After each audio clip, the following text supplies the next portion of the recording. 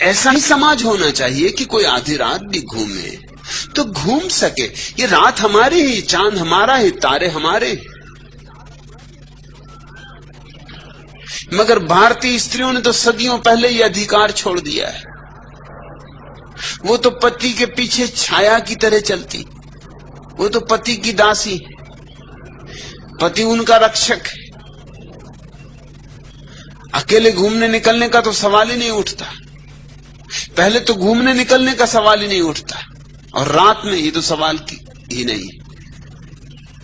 और अगर कभी स्त्री निकलेगी भी दिन की भर दोपहरी में, तो भी पति को साथ लेके निकलती है, भाई को साथ लेके निकलती है। यहां भाई को हर वर्ष रक्षाबंधन बांधा जाता है कि हे भैया साल भर हमारी रक्षा करना। किससे रक्षा करना? भारतीय संस्कृति से रक्षा करना। ये चारों तरफ जो धूर्तों का जाल है, इससे रक्षा करना अपमानजनक है। कोई सम्मानपूर्ण स्त्री भाई को रक्षाबंधन नहीं बांधेगी, क्योंकि रक्षा की आकांक्षा करना पुरुष से स्त्री की गरिमा को खोना है। मेरे पास कभी कोई आ जाता है कि राखी बांधनी है आपको, किस लिए? कि आप रक्षा करना।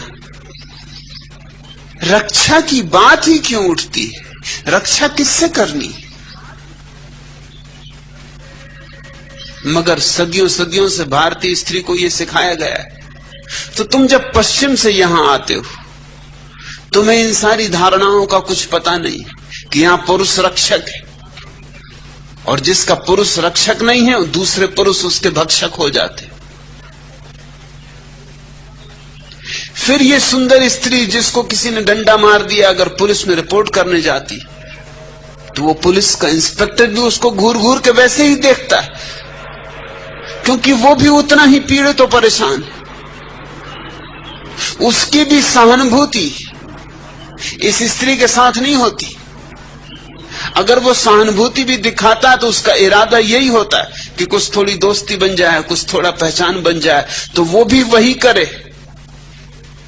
अब तुम जाओ कहां? मजिस्ट्रेट के पास जाओ तो उसकी नजर भी घूर के देखती। यहां एक ही तरह के लोगों का जाल है। तुम्हें थोड़ा सावधान होना होगा। तुम मेरे पास आए हो किसी सत्य की खोज में, तुम्हें यह कीमत चुकानी होगी। मैं जानता हूं यह व्यर्थ है, इसकी कोई जरूरत नहीं। ये कीमत तुम्हें मुझे नहीं चुकानी पड़ रही है, ये कीमत तुम्हें इसलिए चुकानी पड़ रही कि इस देश की स्थिति ऐसी